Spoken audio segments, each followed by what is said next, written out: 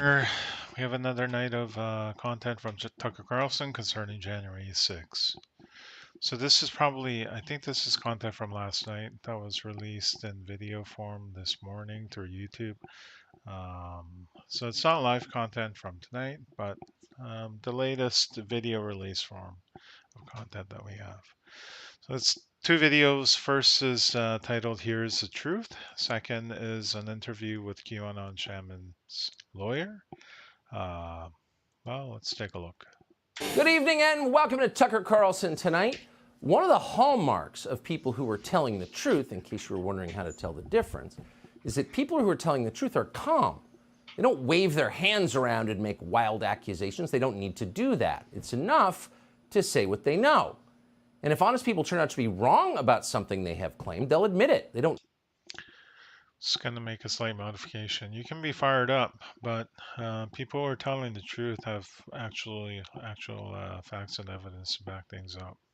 They don't just have emotions. Double down on false. They made a mistake, and that's okay. It's not like they're claiming to be God. Liars behave differently. Liars are touchy, sometimes to the point of hysteria. Yeah, they tend to blow up if you challenge them on stuff, because it's sort of like a distraction tactic from being exposed. Hiding something, that's the whole point of lying, and they're worried you're going to find out what it is. Liars are fragile because over time, lying makes you weak and afraid. It has the same effect on countries, by the way. We're living through one of those clarifying moments, which actually we're thankful for, where we're learning exactly who the liars are. On Monday, we showed you unreleased videotape from January 6th. That tape proved that three of the most important claims our leaders have made about that day were untrue. Their claims were lies. We were not shocked to discover that. We knew there was a reason that congressional leaders had been hiding the tape and that reporters in Washington weren't demanding to see it. They were lying to us, obviously. That's why you hide things. But what was actually surprising, what we can't quite get over even now, is how they responded when they were caught lying. They didn't seem embarrassed. They didn't apologize. They weren't even curious to learn more about what actually happened on January 6th. Let's see the tape. No, they didn't want to see it. They exploded in rage. And then, as liars tend to do, they doubled down. They told the same lies they've been caught telling, but with even greater aggression this time. "Shut up, it's midnight," they said as the sun rose behind them. Who acts like that? Well, sociopaths do. And in this case, the sociopaths turned out to be both Democrats and Republicans. The commitment to lying in Washington is far deeper and more bipartisan. They've lied so hard for so long. At this point, they're deathly afraid of being exposed, and angry that they're being called out. Even then we realize when we follow this stuff for a living. Now, you sometimes hear people say that the whole partisan system is an illusion, and that underneath the manufactured debates, the leaders on both sides are in fact secretly united in a common love of money and power, and the deception required to get them. And honestly, we could never really bring ourselves to believe that. It's just too dark. But now we do believe it because we have seen it. Consider the death of police officer Brian Sicknick. Now, we still don't know exactly how officer... All right, so now we're getting into finally getting into some evidence side of things. Yeah, Brian Sicknick, they keep saying that the police, actually not just Sicknick, they keep repeating that Capitol police officers, plural, were killed by the insurrectionists, which is completely untrue. Nobody died from the protesters. People died shortly after or possibly during, but not at, not possibly during. I mean, we know Ashley Babbitt was shot by Capitol Police, but nobody really died at the hands of the protesters. Officer Sicknick died. We're not certain that anyone does know. No one has explained it. But after reviewing the previously withheld video evidence, we can tell you with certainty that Officer Sicknick was not beaten to death by Trump voters at the Capitol. The tape shows very clearly Brian Sicknick walking through the building in apparent health after the media told us for 2 years that he had been murdered. And that was confirmed by the coroner's report as well. So they were wrong about that. Okay, they got caught. Here's the interesting. This is something that we knew about for a while, for those of us who bothered paying attention. But of course, most of us don't know this because most news networks have reported something completely contrary, right? You think they won't admit it? Liz Cheney's tweet is still on Twitter tonight. Officer Sicknick was killed defending our Capitol from the violent mob on January 6th. No correction. Anderson Cooper of CNN still has not apologized. Quote, Officer Brian Sicknick died after being hit in the head with a fire extinguisher during the fight. Wow. It's unbelievable that they still claim this stuff. He told us. Those are lies. So why not just admit it and move on? But they won't. In fact, this week, the White House trotted out both the press secretary and Joe Biden's attorney general, the attorney general of the United States, to claim not just that Brian Sicknick was actually murdered by Republicans at the Yeah, they both claimed that multiple officers died. Capitol, but that other officers were murdered too. It's almost beyond belief. Watch this. Amazing. The range of bipartisan lawmakers, you heard them all yesterday. You guys reported on. Yeah, I pointed this out in yesterday's live stream. Oh my God. It, who have condemned this false depiction of the unprecedented violent attack on our Constitution and the rule of law, which cost police officers their lives. It was a violent attack on a fundamental tenet of American democracy, that power is peacefully transferred from one administration to another. Do you even know the meaning of those words? The power is peacefully transferred, as in it is transferred not under duress of a military force, but that it is done through the state's regular procedures. Over 100. And Trump's challenges were all through and within what is allowable under existing procedures. And as for the protesters that entered the Capitol building, they had no power to jeopardize any of that. They were not a significant force of anything. They were not a threat to anything. No government was going to be overthrown because of these people. They were not armed. They were most of them, they just kind of wandered in, stayed between velvet ropes, and behaved like tourists. There were a handful that were being sort of destructive, breaking windows and things, and scrapping with people. But the overall characterization, from what I've seen in the video footages that were released, not just from Tucker, but before too, they were not indicative of an insurrection or anything close to it in its intent and its efficacy. 100 officers were assaulted on that day. 5 officers died. 5 officers? My name is Jim Rogers. Did he just say 5 officers died? Former advisor to the CIA, Department of Defense, and the White House. In a moment. 5 officers died on that day. Now, that's just not some guy on Twitter. That's the Attorney General of the United States. That's a man whose honesty is central to. How could he be that ill-informed? Or, what is more likely, how badly can he lie? His job. If you had a choice between IQ and integrity in an Attorney General, of course you would go with integrity because it's essential. But Joe Biden's Attorney General, Merrick Garland, is a liar. He just lied about something that is provably false. Who are these? It's so easily proven. 5 officers who were, quote, killed that day? Notice he didn't tell you. No one ever tells you. No one ever shows you their autopsies. They don't want any detail. They just want the slogan. Now, they're counting Brian Sicknick. That's a lie. But who are the other 4? Well, those are 4 officers who killed themselves after January 6th, in some cases long after January 6th. But their suicides, we know for a fact, were the result of the Republican mob at the Capitol. It's just false. And it's not some esoteric fact. That fact is available to anyone who has internet access. No police officers died that day on January 6th. None. Not one. Some were assaulted, that is true, and their assaults are indefensible. So how many were assaulted? Well, Garland said over 100. The There's no way. There's no footage enough to show 100 being assaulted. There's no freaking way. Government Accountability Office says the number is 114, and we're just going to roll with that. We don't know if it's true, but we'll take it at face value. And that is bad. We are opposed to assaulting police officers in any context. We said that on January 6, 2020, and we'll say it again, we're against that. Of course. But is January 6th the worst assault on the U.S. government since the Civil War? No. That's insane. It's not even close. How about March of 1954, when Puerto Rican separatists shot 5 congressmen in the Capitol building? 5 members of Congress shot in the building. It's all bad, but the worst since the Civil War. You're just a flat-out liar if you're saying that.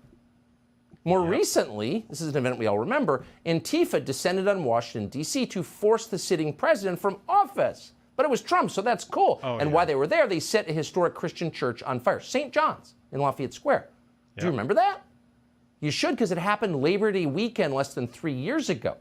And when it happened, the left-wing mayor of Washington, D.C. refused to allow her police department, the MPD, to assist Secret They burned the church. Service agents while they were under siege and getting beaten. No, she made her cops stand back and watch it happen. And they were very upset about it at the time. You may have forgotten that. Here's what it looked like.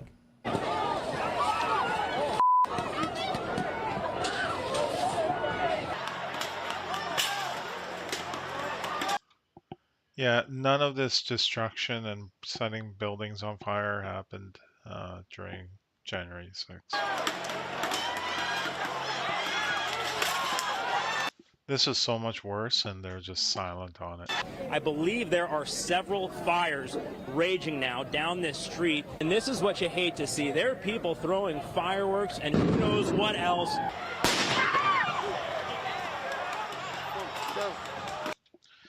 Those fireworks are essentially put together as bombs. Ineffective bombs, usually, because these people don't know what they're doing a lot of the time, but still, the intent was that it would be used as a bomb.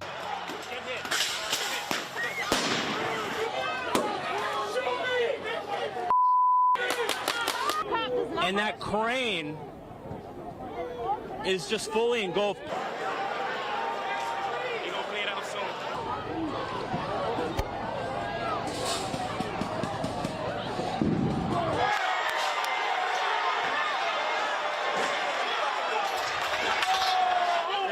They just set fire to St. John's Church. You're good, man. Come on. Come on, man. Why you gotta do this, man? There's burning a church across from the White House. Those are the George Floyd riots. So what was the toll there? Now, we're not going to guess. We're going to go again right to the government. According to a recently released GAO report last month, during those attacks, the 2020 attack on the White House by left-wing mobs, who were quoting, Federal Protective Services, the Secret Service, and the Park Police reported that at least 180 officers were injured during the demonstrations, including concussions, lacerations, exposure to chemical gas, and severe burning. So, while stipulating that all riots are bad, because precision matters, facts matter, the truth matters, here's the truth. More cops were injured by Kamala Harris's favorite mob, BLM, at the White House than were injured by Trump voters at the Capitol on January 6th. A lot more. Yeah, Kamala Harris donated a lot of money to bail these people out. So again, to be clear, both events are bad, but here's the key. We only remember one of them. Why? Because the people in charge of history are liars. Liars. And lying is bad. And on a national scale, it's deadly. It's corrosive of everything that is good in the country, including trust and your grasp on reality itself. And that's why they try to make you lie. Men can become women. Climate change is an existential threat, or whatever the lie is they're making you tell. They don't believe it. They know you don't believe it. But by forcing you to repeat it, I know they're going to clip that.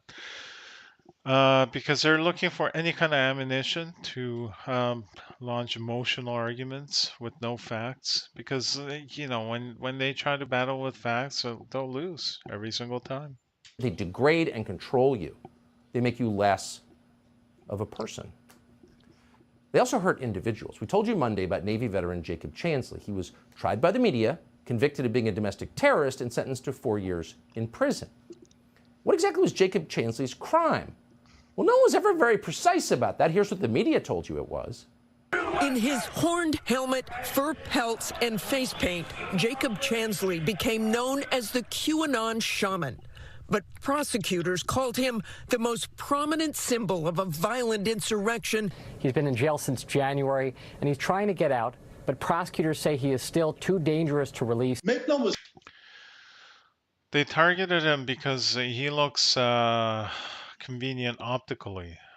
Just looking at him, it's easy to cast him as a violent mob leader. Chansley is a stone cold thug. He kept saying, I'm not violent. I'm peaceful. I'm a shaman. But then you put those images, what you were just talking about, you put those images together, and that isn't an image of, of peace. This is the new face of extremism. It's the new face of extremism. Jacob Chansley is the new face of extremism. He's a stone-cold thug. Prosecutors say he is too dangerous to release. And most people believe that because why wouldn't they? They were told it. Yeah, I like how his how the only thing he's carrying is a flag and a bullhorn. Like, what a dangerous guy. And there was no evidence to the contrary. And now there is evidence to the contrary. We brought it to you Monday. The video that we reviewed at great length over 3 weeks showed with precision what Jacob Chansley actually did inside the Capitol. And here's what it looks like once again. Here's video of Chansley in the Senate chamber. Capitol police officers take him to multiple entrances and even try to open locked doors for him. We counted at least 9 officers who were within touching distance of unarmed. All right. 1, 2, 3, 4, 5, 6, 7, 8, 9, 10, 11, counting the guy in the back. Jacob Chansley. Not one of them even tried to slow him down. Nope. Chansley understood that Capitol Police were his allies. Video shows him giving thanks for them in a prayer on the floor of the Senate. Watch. Thank you, Heavenly Father, for giving the inspiration needed to these police officers to allow us into the building. Contrast the reality of what Jacob Chansley did in the Capitol building on January 6th, the indisputable facts recorded on video, some of which has never before been seen, with the depiction of Jacob Chansley that you've seen in the media for more than 2 years. He's a terrorist, they said. He should be killed. Shoot him. Yeah. Shoot him. Like, if you burst into the United States, if he was dressed like bin Laden, would you have shot him? Shoot him. Shoot him. It makes you wonder, who are the violent extremists here? Hi, I'm BJ. Yeah, completely ridiculous. Okay, let's wait for this ad to go by. There we go. As you saw, and again, details matter because this is a man. This is an American citizen, a Navy veteran. This is a human being. And so what he actually did should be of deep concern to every American because he's in jail tonight. What Jacob Chansley actually did was wander peacefully through the Capitol, shepherded by Capitol police officers who literally opened doors for him. When one was locked, they went to another.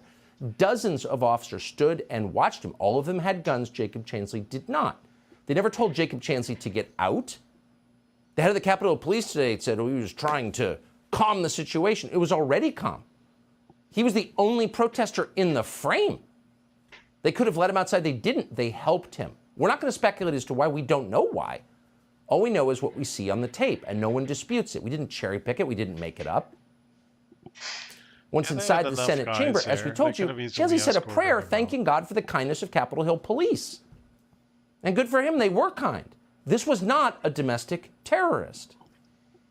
And that matters. But what matters even more is that the videos that we showed you after 26 months were not shown to Jacob Chansley's attorneys. That's a violation of the Constitution. Yeah, that's not gonna fly. Like, I don't know how many other people charged for January 6th didn't have the full information disclosed to them and their lawyers. But this is a major issue. There better be a lot of cases thrown out. And he's in jail because of it. or at least at a minimum declared a mistrial. Because the liars on the January 6th committee and the prosecutors who did their bidding, and that means Benny Thompson, and that means Adam Schiff, it means Liz Cheney, these people have this man's life on their hands. They helped withhold these videos from Jacob Chansley's attorneys. And that means the judge who sentenced Jacob Chansley, Royce Lamberth, never saw them either. And therefore, Judge Lamberth was able to say that what Chansley did was, quote, horrific. He apparently had no idea that Chansley was wandering around with the cops, walking through doors they opened and saying prayers for them. We're quoting, "You made yourself the center of the riot," said the... I don't even know what that statement is, actually. This is clearly a one-sided judge. Really? He accused Chansley of, quote, obstructing the functioning of government. But that's not at all what was happening. He was ambling through the Capitol, flanked at all times by armed cops who were directing his movement. Meanwhile, prosecutors of the DOJ, the real villains here, falsely, they lied in court and said that Chansley was, quote, leading the charge into the Capitol on January 6th. They said he was, quote, the flag bearer for the mob, apparently because he had a flag. He was alone. Yep. And of course, the media picked up on this and amplified it as the DOJ intended. Fortune magazine disgraced itself by comparing the man you just saw to ISIS. They said Chansley had, quote, the zeal to possibly kidnap or kill officials. Yeah, none of that was going on, man. These aren't just lies. These are lies that destroyed a man. So no matter who you voted for in the last election, you could probably agree that sending someone to prison for 4 years on the basis of fabricated evidence. They don't care who they destroy. And really, like, I think Trump should have, Michael Malice kind of drives this point home strongly. Trump should have pardoned all these people. Yeah. I mean, to be fair, I don't think Trump had any idea that they would be actually held that long or sentenced that long or even convicted because, like, it's just, you know. I mean, yeah, the violent ones, charge them with whatever that they did, but not more than that, right? A guy like this guy, he wasn't made an example of by exaggerating what he did. It wasn't grounded in facts. It's atrocious. Is the most serious threat to civil liberties we could possibly face. And yet here's the thing. Leaders in both parties, the party that Chansley voted against and the party he voted for, have said nothing, not one word about the implications of this videotape. The implications not just for Chansley, but for our Constitution and our country going forward. Political prisoner of the Uniparty. Instead, ooh, how dare you show this? What is clearly exculpatory evidence. And again, it's not just Chuck Schumer, it's Republican senators. Kevin Cramer, Mike Rounds, Chuck Grassley, John Thune, Lindsey Graham, of course, Congressman Dan Crenshaw, needless to say, Kelly Armstrong, all went after us. We're not whining about that. We don't care, actually, but it just tells you everything about the way things actually work. They're not loyal to their voters. They're loyal to each other. And they're willing to lie, really lie. These guys are all morons. I think Dan Crenshaw is probably the biggest disappointment for me, but, you know, man. And crush people. Mitch McConnell, Tom Tillis, and BLM superfan Mitt Romney, all weak men, and like all weak men, vicious men, were especially angry. Watch. What does this mysterious purple Japanese herb have to do with... Let's skip another ad. Mistake, in my view, for Fox News to depict this in a way that's completely at variance. First of all, Mitch, just say what it is that you agree to. Don't hold up a piece of rag. With what our chief law enforcement official here at the Capitol thinks. I think it's bull. When you see police barricades breached, when you see police officers assaulted, all of that, or you had to be in close proximity to it. If you were just a tourist, you should have probably lined up at the visitor center and came in on an orderly basis. So I just don't think it's helpful. It's really sad to see Tucker Carlson go off the rails that bad. off the rails. The American people saw what happened on January 6th. They've seen the people that got injured. They saw the We are seeing more of what happened. No thanks to you. damage to the building. You can't hide the truth by selectively picking a few minutes out of tapes and saying this is what went on. It's so absurd. Weak men are vicious men, and these are weak men whose attitudes towards an individual whose life has been destroyed on the basis of false and withheld evidence is vicious. Oh, we cherry-picked. Really? What they're saying, ironically, what they're describing, ironically, is exactly what the January 6th committee and the prosecutors in these cases did. For 2 years, they cherry-picked. For 2 years. They selectively picked small segments of tape to convince Americans that January 6th was something that it wasn't. It was awful. We would not defend that. We hate vandalism. We hate assault. Was it a violent insurrection? It was not. Was it a killing of 5 officers in the Capitol? It was not. Those are lies. And they buried tape that contradicted and revealed those lies. Yeah, so what the Democrats will do is that, well, it's not true that it wasn't a violent insurrection because there was some violence. Look, idiots, let's get the logic straight. To characterize an event as either peaceful or violent, it's not like the threshold is not one case of violence by one person. That does not render an entire event of thousands of people violent. What you need is numbers, basically proportion. How many people and how long were they not violent? Or not peaceful, whichever way you want to take a look at it, right? And when you compare those two, which is predominant, peaceful or violent, right? So all we did was play the tape that they had been hiding for 26 months and show that there were American citizens, Jacob Chansley specifically, and others whose civil liberties were annihilated. And you can make your own rational judgments about what that means. Do you want to live in a country where that's possible? They don't care. Neither party in Washington cares. In fact, the leader of the Senate Democrats, Chuck Schumer, just joined the leader of the Senate Republicans, Mitch McConnell, in calling for this show to be pulled off the air. Now, that's not an argument based on logic. It's based on hysteria and the shame you feel as a weak and terrified person when your lies are exposed. Here's Chuck Schumer claiming for the first time, privileged, rich, old idiots who have no consequences for anything they do. That, like Sandy Cortez, he himself nearly died on January 6th. Tucker Carlson ran a lengthy segment last night arguing the January 6th Capitol attack was not a violent insurrection, an attempt to rewrite history and erode the very foundation of our precious and sometimes fragile democracy. You don't get to write history, dude. You don't have that privilege. So yes, this morning I am furious. Millions of Americans are furious. I was here on January 6th. Many of you saw the footage as I ran for my life. Ran for his life. Coming within a few feet of these criminals. Oh my God. Yeah. So we invited Schumer on, McConnell. Anybody is always welcome to come on our show. If we got something wrong, tell us how. If you think we altered the tape in some way, tell us how. Yeah. But they won't. Nor will they answer the most basic question, which is why should a demonstrably nonviolent man who literally said a prayer of thanksgiving for police officers on the Senate floor, how is that man ISIS? How is he a domestic terrorist? How is he a threat to the Republic? Why is he in jail for 4 years? Shut up! Pull that show off the air!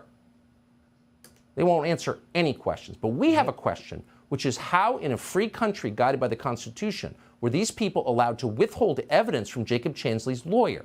How could that happen? Subscribe to the Yeah, we'll take a look at that next.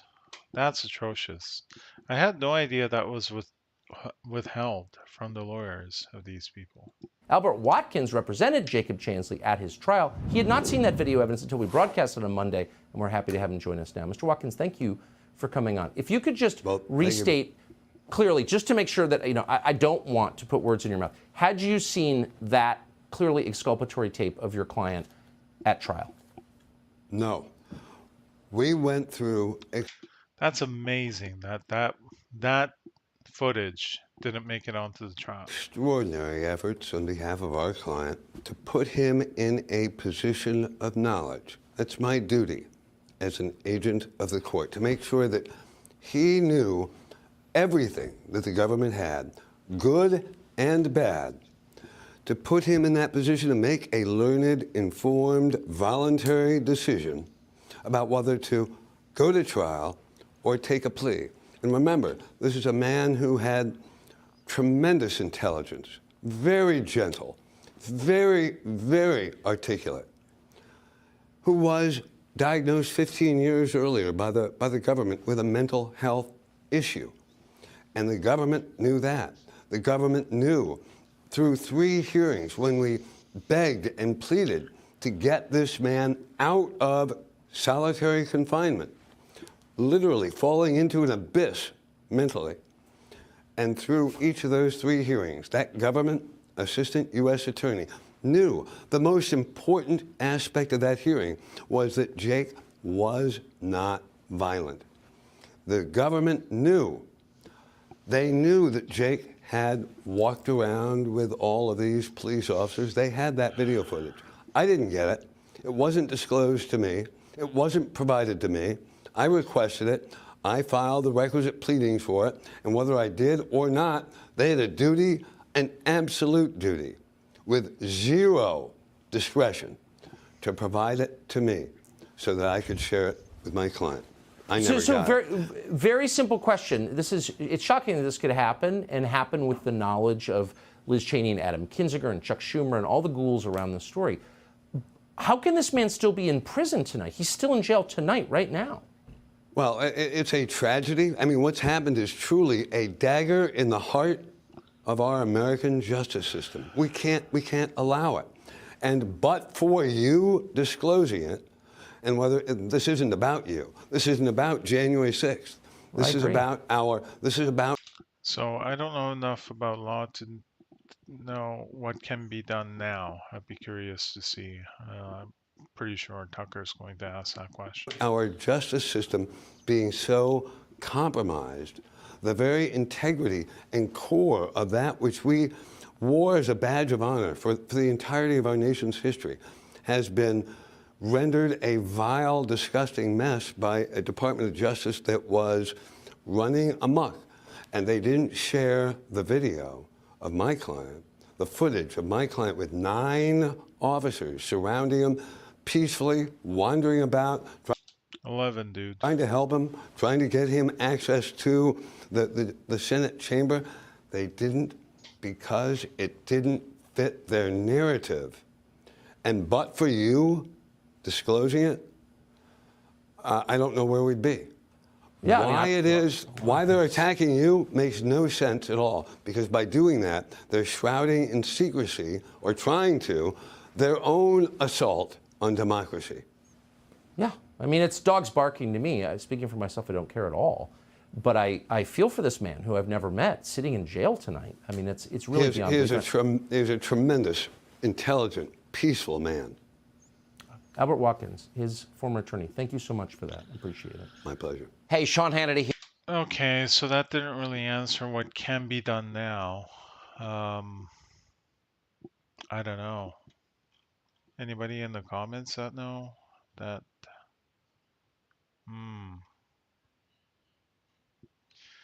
I might have to take a look at some